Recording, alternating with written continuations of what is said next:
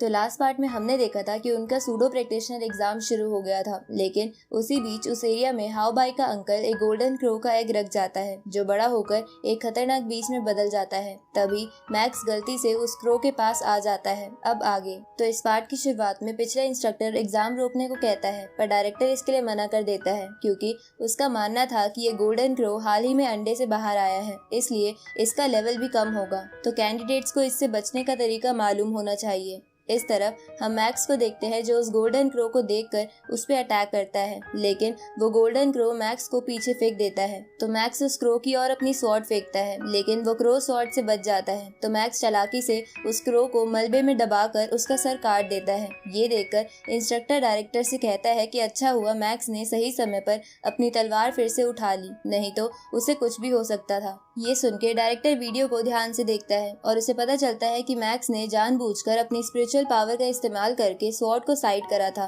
ताकि वो उस बर्ड को आराम से पीछे से मार सके। आगे वो सभी कैंडिडेट्स वहां से बाहर आ जाते हैं, जहां उनमें से बहुत सारे कैंडिडेट्स घायल हो गए थे। अब एग्जामिनर रिजल्ट अनाउंस करता है, जिसमें वो बंदा जिसने मैक्स को चैलेंज करा था मैक्स से ज्यादा ईयर लेके आया था। ये जानकर मैक्स थोड़ा निराश हो जाता है, लेकिन उसे इस बात की खुशी भी थी कि वो एक सूडो प्रैक्टिशनर बन गया। आगे मैक्स घर पहुंच के ये बात अपने पेरेंट्स को भी बता देता है, जिसे सुनकर वो लोग बहुत खुश हो जाते हैं। अगले दिन मैक्स जिज्ञान हॉल जाता है, जहाँ उसे एक रोबो गर्ल मिलती है और उसे कहती है कि मैं आपकी पर्सनल असिस्टेंट हूँ और आप चाहे तो मुझसे जिज्ञान हॉल या किसी प्रैक्टिशनर के बारे में कोई भी इन्फॉर्मेशन ले सकते हैं। ये सुन के मैक्स उससे स्पिरिचुअल मास्टर के बारे में पूछता है, जिसपे रोबो गर्ल मैक्स को बताती है कि स्पिरिचुअल मास्टर दो तरीके के होते हैं। पहले वो स्पिरिचुअल मास्टर जो किसी भी वेपन को बिना टच किए कंट्रोल कर सकते हैं, और दूसरे वो मास्टर जो अपोनेंट के माइंड पर अटैक करते हैं। इसके बाद मैक्स रोबो गर्ल से टेक्निक बुक्स दिखाने को कहता है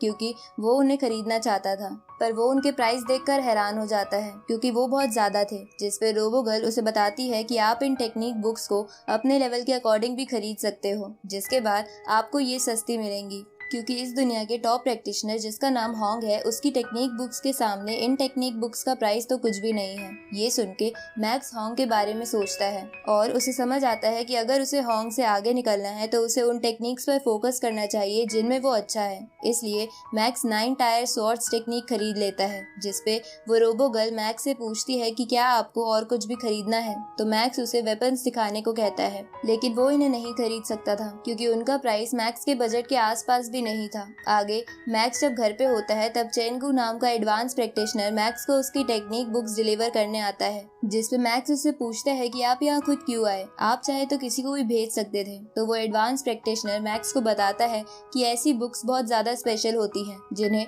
सभी लोग पाना चाहते हैं, इसलिए हम जिज्ञान हॉल के लोग किसी पे विश्वास नहीं करते। साथ ही तुम भी इन बुक्स को कॉपी या सेल नहीं कर सकते, वरना तुम्हें पनिशमेंट मिलेगी। इसके बाद वो एडवांस प्रैक्टिशनर मैक्स से कहता है कि मुझे पता चला है कि हाउ बाई नाम के लड़के की वजह से तुम्हें 1 महीने पहले जेल में बंद कर दिया गया था, और उसी के सिलसिले में हाउ बाई के अंकल जिज्ञान हॉल के थ्रू तुमसे मिलना चाहते हैं। ये सुनकर मैक्स उस अंकल से मिलने के लिए मान जाता है, जिसके बाद अगले दिन मैक्स वो एडवांस प्रैक्टिशनर, चीफ और इंस्ट्रक्टर हाउ बाई के अंकल से मिलते हैं, जहां हाउ बाई के अंकल उन सबसे कहते हैं कि मैक्स को ये सारी प्रॉब्लम्स मेरी वजह से फेस करनी पड़ी थी, इसलिए मैं ये मैटर खत्म करने के लिए मैक्स को $5 मिलियन दे सकता हूँ। जिसपे वो एडवांस प्रैक्टिशनर हंसते हुए उस अंकल से कहता है कि तुम्हें क्या लगता है मैक्स एक न्यू प्रैक्टिशनर है तो तुम उसे तंग कर सकते हो, पर मैक्स $5 मिलियन लेके ये मैटर क्लोज नहीं करेगा, बल्कि तुम्हें उसे $50 मिलियन देने होंगे। साथ ही हाउ बाई अपने घुटनों पे गिर के मैक्स के फादर से माफी मांगेगा।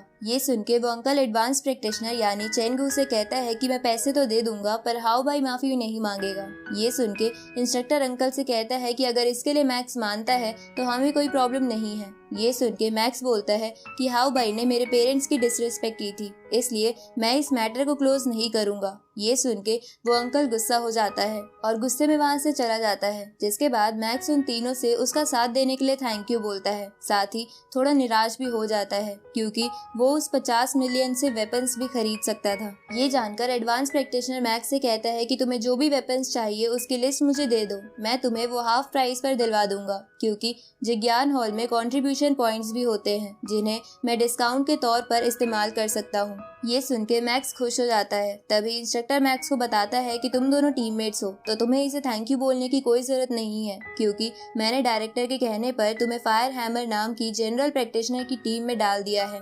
इसके बाद चेंगू मैक्स को बताता है कि वो उस टीम का वाइस कैप्टन है। उसी वक्त इंस्ट्रक्टर मैक्स को बताता है कि अगर तुमने इस टीम के पहले मिशन पर कुछ गड़बड़ करी या टीममेट्स को खतरे में डाल दिया तो मैं तुम्हें टीम से निकाल दूंगा। इधर उस अंकल को समझ नहीं आता कि मैक्स गोल्डन क्रो से कैसे बच गया, पर फिर भी वो मैक्स को रास्ते से हटाने का सोचते हैं। अब रात को मैक्स को बुरा सपना आता है कि उसे और उसकी फायर हैमर टीम के मेंबर्स को किसी ने मार दिया है, पर मैक्स इस बात पर ध्यान नहीं देता और सुबह होने पर आर्मर पहन के चेंगू के साथ फायर हैमर टीम के बाकी मेंबर्स के पास आ जाता है, क्योंकि उन्हें एक असाइनमेंट मिला था। अब वहां पहुंचने पर चेंगू मैक्स को टीम के कैप्टन से मिलवाता है जो बहुत ज्यादा स्ट्रॉन्ग था। इसके बाद कैप्टन सभी टीम मेंबर्स को एक बंदे से मिलवाता है जो असल में एक बायोलॉजिकल इंस्टीट्यूट का मैनेजर था और उसी ने फायर हैमर टीम को किसी काम की वजह से बुक किया था। अब वो मैनेजर उन सबको बताता है कि हमारे ग्रुप के कुछ वॉलंटियर्स मॉन्स्टर के जीन सैंपल्स कलेक्ट करने के लिए हाल ही में एरिया 0201 में गए, बट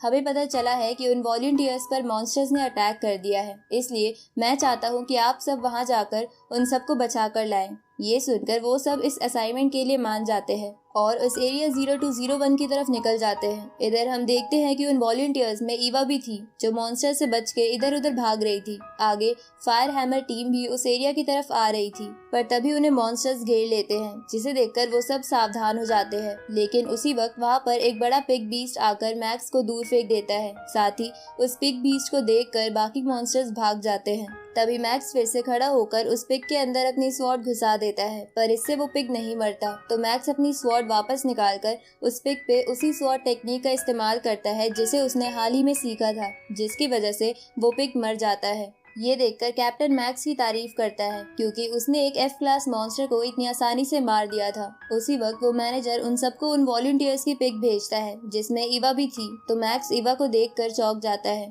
तभी एक टीम मेंबर को एक साउंड डिवाइस मिलता है जिससे मॉन्स्टर्स को अट्रैक्ट किया जाता था। अब उस डिवाइस को देखकर वो लोग समझ जाते हैं कि किसी ने जानबूझकर ये डिवाइस वॉलंटियर्स के आसपास लगाया था ताकि वो लोग मॉन्स्टर्स को एक जगह इकट्ठा कर सके और बाद में उनका शिकार कर सके। अब ये जानकर चेंगू को गुस्सा आता है कि ऐसा कौन कर सकता है, पर वो लोग उनके बारे में नहीं जानते थे, इसलिए वो लोग सावधानी से आगे बढ़ने लगते हैं। इस तरफ हम टीम टाइगर को देखते हैं जो वही टीम थी जो वॉलंटियर्स को सहारा बनाकर मॉन्स्टर्स को हंट कर रही थी, इसलिए ईवा उन लोगों से बच के इधर उधर छुप रही थी। दूसरी तरफ फायर हैमर टीम उस एरिया 0201 के मेन एंट्रेंस पर आ जाती है जहां से वो एरिया एक्चुअल में शुरू होता था। तभी उन्हें वो अंकल और उसका एक टीममेट दिखता है क्योंकि वो दोनों टाइगर टीम में थे। अब उन्हें देखकर चेंगू ताना देते हुए अंकल से पूछता है कि हाउ भाई कैसा है, क्योंकि हाउ भाई को पुलिस ने अरेस्ट कर लिया था, जिस पर वो अंकल कुछ नहीं कहता, पर वो समझ जाता है कि वो लोग उस एरिया में वॉलंटियर्स को बचाने जा रहे हैं, इसलिए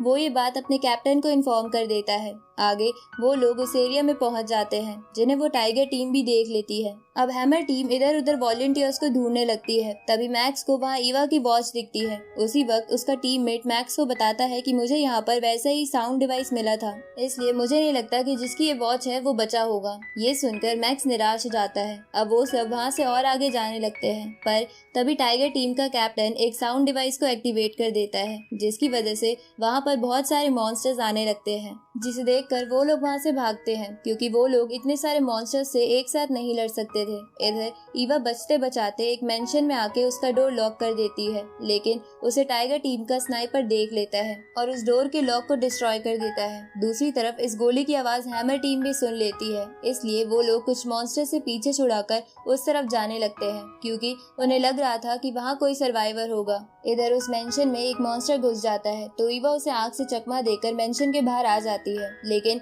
बाहर एक टाइगर बीस्ट खड़ा था जो ईवा को खाने के लिए आगे आने लगता है, पर तभी वहाँ मैक्स आकर उसे बचा लेता है। जिसके बाद वहाँ हैमर टीम के बाकी मेंबर्स भी आ जाते हैं, लेकिन उनके पीछे बहुत सारे मॉन्स्टर्स आ रहे थे, इसलिए वो लोग ईवा को लेके वहाँ से भागने लगते हैं और इसी के साथ ये पार्ट यहीं खत्म होता है।